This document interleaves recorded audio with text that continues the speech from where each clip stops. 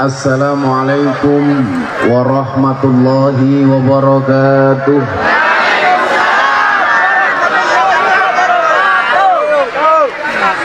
Alhamdulillahi rabbil alamin wa kafa. Assalatu wassalamu ala sayyidina Muhammadinil Mustafa wa ala alihi wa sahbihi ahli sidqi wal wafa. Subhanaka la ilma lana illa ma 'allamtana innaka antal alimul hakim wa tub 'alaina innaka antat tawwabur rahim. Rabbi shrah li sadri wa yassir li amri wahlul 'uqdatam min lisani yafqahu qawli amma ba'du. Hadratal muhtaramin, para masyayikh, para kiai, para habaib, para guru, dewan asatid, wabil khusus sahibul mahad Al-Mukarram Kiai Haji Khairul Khuluq, yang mudah-mudahan Allah panjangkan umurnya dalam manfaat. Seluruh pejabat yang berkenan hadir dalam semua tingkatannya yang saya hormati, segenap panitia pengajian dan sahabat Ansor Banser yang saya banggakan, kaum muslimin wal muslimat, warga masyarakat, Ngurakan yang berbahagia. Beli pepaya, keliru mangga, aku datang ke Alam Suriah dengan membawa cinta. Saya merasa Pantura dan Cirebon itu panas, tapi lihat ibu-ibu jadi adem. Tapi bohong. Saya meyakini tidak ada satu kekuatan pun yang mampu menyatukan kita untuk menghadiri acara siang hari ini di bawah terik matahari, kecuali atas nama rasa cinta. Cinta itu apa? Cinta itu seperti air kencing di dalam kolam renang. Maksudnya apa? Wujudnya tidak nampak, tapi hangatnya bisa dirasakan. Siang hari ini kita hadir di Al Mansuriyah, walaupun dengan kondisi berdesak-desakan, di bawah sinar terik matahari yang begitu menyengat. Kenapa kita bisa ikhlas melakukannya? Semata-mata karena kecintaan kita kepada baginda Rasulullah Muhammad Sallallahu Alaihi Wasallam. Maka dalam sebuah hadis disebutkan, an-nasu yamutuna ala ma'asu. Manusia itu akan dimatikan sebagaimana kebiasaan dia hidup. Kalau Anda mempunyai kebiasaan yang baik, wallah, insya Allah akan dimatikan dalam keadaan terbaik. Amin. Saya sering bilang sama teman-teman saya polisi. Ada polisi nggak di sini?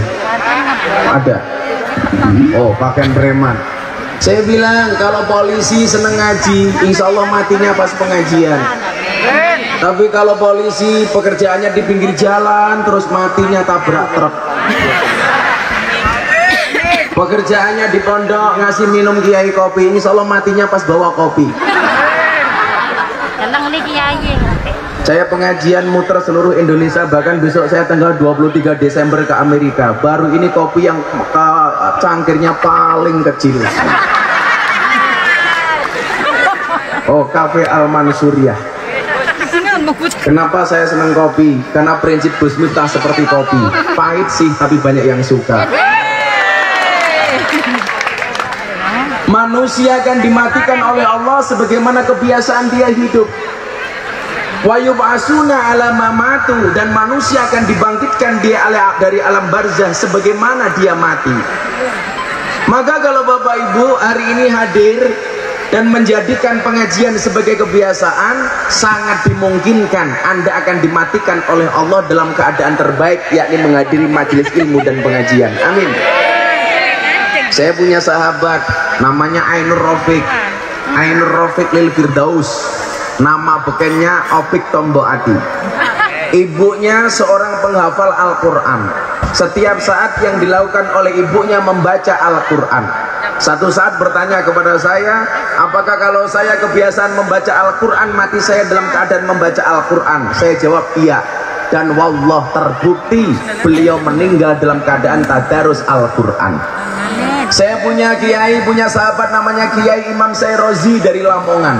24 jam waktunya dihabiskan untuk ngopeni dan ngurusi umat. Abah, bapak ibu tahu beliau meninggal dalam keadaan berangkat pengajian. Maka kematian terbaik adalah ketika kematian kita dibicarakan oleh orang yang hidup. Apa yang dibicarakan? Kebaikannya. Kita dibuat terpana dengan kematian Vanessa Angel. Beberapa tahun yang lalu orang membicarakan keburukan Vanessa Angel. 3 bulan yang lalu saya undang di acara saya di TV, ngobrol bareng Gus Miftah. Dan kemarin ketika beliau meninggal, subhanallah, orang lupa dengan keburukannya. Semua yang dibicarakan adalah kebaikan-kebaikannya. Maka Mas Ayus Syekh Maimun Zubair beliau mengatakan, kalau kamu pengen lihat orang itu baik atau buruk, lihatlah saat dia mati. Kalau dia mati yang dibicarakan kebaikan-kebaikannya, itu adalah merupakan tanda-tanda bukti dia dipanggil oleh Allah dalam keadaan terbaik. Maka ibu-ibu yang pakai hijau-hijau ini, subhanallah, ini muslimat. Saya bisa membedakan muslimat dan fatayat, tidak perlu lihat seragamnya, cukup bau parfumnya. Biasanya kalau fatayat baunya parfum, muslimat balsem.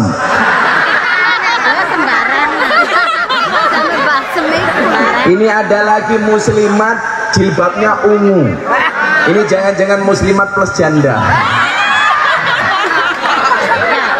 Iya, Mazia. Kelihatan janda dari suaranya, ngebas. Ini Alman Surya, Mbak Yuli. Artinya apa? Yang dilihat oleh Allah pada akhirnya adalah kematiannya. Maka dikatakan walal akhiratu khairul laka minal ula. Kenapa kita berdesak-desakan seperti ini? Karena atas nama cinta kita kepada Allah dan kepada Rasulullah. Makanya amal itu diterima oleh Allah. Syaratnya apa? Alladzina qalu rabbunallah. Segala sesuatu yang diniati semata-mata karena Allah. Lillahi kalimatillah. Melakukan segala sesuatu niatnya karena Allah. Kenapa kamu begini? Karena Allah. Kenapa kamu begitu? Karena Allah. Janda berumah tangga lagi, niatnya apa? Karena Allah, bukan karena kedinginan. Maka kalau ada janda di sini, cukup saya sampaikan, wahai para janda, bisa jadi cinta pertamamu meninggalkan luka, tapi yakinlah cinta keduamu insya Allah menghadirkan surga. Makanya kalau Banser menikah dengan janda, berbahagialah. Minimal janda itu jujur, sudah tidak gadis lagi, daripada kamu nikah dengan gadis tapi rasa janda. Pengalaman matamu.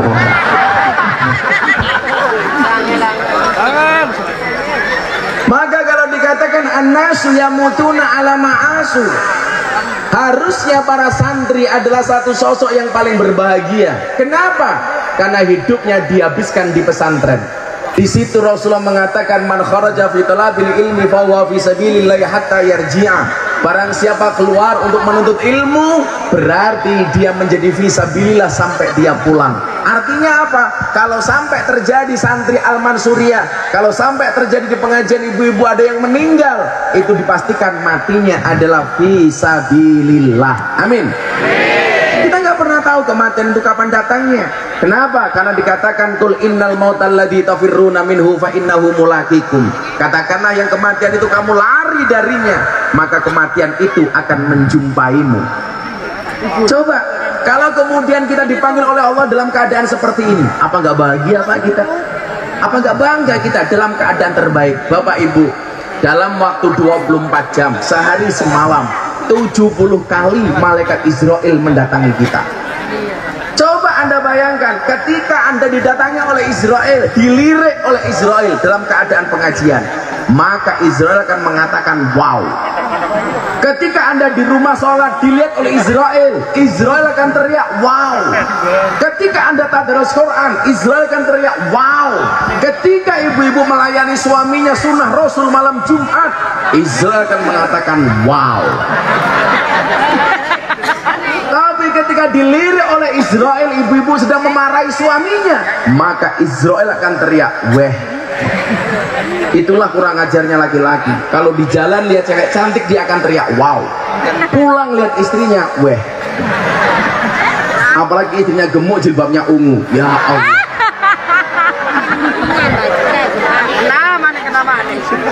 Berbahagialah kamu yang punya istri gemuk. 30 jam kamu kelonik, insya Allah kakinya kram. Lemune sangelan. Ciri-cirinya orang gemuk itu kalau difoto posenya miring. Kenapa? Supaya tidak kelihatan lemaknya. Tapi ibu santai saja, ada teori yang mengatakan 100 kg di bumi sama dengan 30 kg di Mars. Itu artinya Anda tidak gemuk, hanya salah planet ya.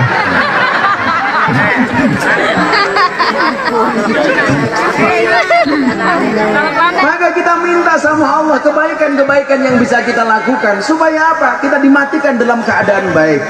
Itulah alasan kenapa saya belusuan ke klub malam, saya belusuan ke tempat prostitusi dan dilokalisasi. Tujuan saya satu, di tengah-tengah kemaksiatan mereka, sesibuk mereka apapun dengan kemaksiatan yang ada, tetapi mereka masih meluangkan waktunya untuk Allah Ta'ala. Dan kita nggak pernah tahu kalau kemudian para WTS itu dipanggil oleh Allah dalam keadaan terbaik. Disitulah alasan kenapa kita tidak boleh menghinakan orang lain. Kenapa kita tidak boleh mengatakan orang lain itu jelek? Kalau saya membagi klasifikasi orang Bapak Ibu, itu cukup dua. Bukan baik dan buruk, tetapi baik dan belum baik. Orang baik dan buruk itu kan bedanya tipis. Kenapa orang dikatakan baik? Karena baiknya lebih banyak daripada buruknya. Bukan berarti dia tidak pernah berbuat buruk. Kenapa orang dikatakan buruk? Karena buruknya lebih banyak daripada baiknya. Bukan berarti dia tidak pernah melaksanakan perbuatan baik. Maka ingat, orang baik punya masa lalu, orang jelek pasti punya masa depan. Betul? Orang baik dan orang buruk itu bedanya tipis. Orang baik pernah berbuat buruk dan orang buruk pernah berbuat baik. Disitulah kemudian Allah mengatakan, alaihissallahu biahkamil hakimin.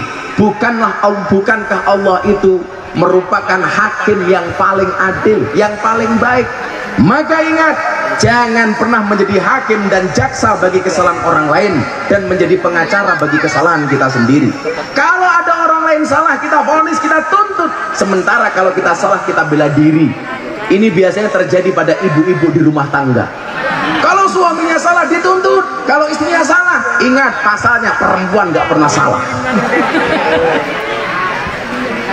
Betul Bapak-bapak? Gak ada perempuan itu salah. Semua betul dong, tapi jasa. Iya benar. Dan yang perlu Anda ingat adalah perempuan itu ahli sejarah. Sekali kamu punya salah, seumur hidup dia tidak akan pernah melupakannya. Ciri-cirinya apa? Jilbabnya ungu, bajunya hitam.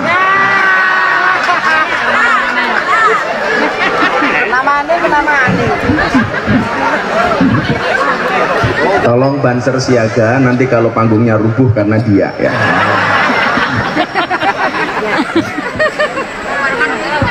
Maka kita berharap kalau kemudian kita dimatikan oleh Allah dalam keadaan kebiasaan yang kita lakukan. Hari ini kita berkumpul untuk memperingati peringatan Maulidun Nabi Muhammad SAW. Kenapa? Karena kita berharap satu saat kita kelak dipanggil oleh Allah dalam keadaan mencintai Rasulullah Muhammad SAW. La yu'minu ahadukum hatta akuna ahabba ilaihi min waladi wa walidihi. Sekali-kali kamu tidak akan pernah menjadi orang yang beriman sehingga kamu mencintai Rasulullah, mencintai aku, kata Nabi, lebih dari cintamu kepada orang tuamu, lebih cintamu kepada anak-anakmu. Saya mau tanya sama ibu-ibu, ibu, mana yang lebih kamu cintai, suamimu apa nabimu? Kamu jawab dua-duanya. Pertanyaan bojomu ki sapa? Kalau kamu mengatakan dua-duanya seolah-olah suamimu selevel sama nabimu, please deh. Wis tuwa ngeyel. Ngeyel temen tuturane. Ibu, coba dijawab. Siapa yang lebih kamu cintai? Nabimu atau suamimu? Nabi. Kalau saya ditanya sama istri saya tanya sama saya, Beb. Ya maklum ganteng lah. Saya manggil istri saya yang. Maksudnya yang keberapa?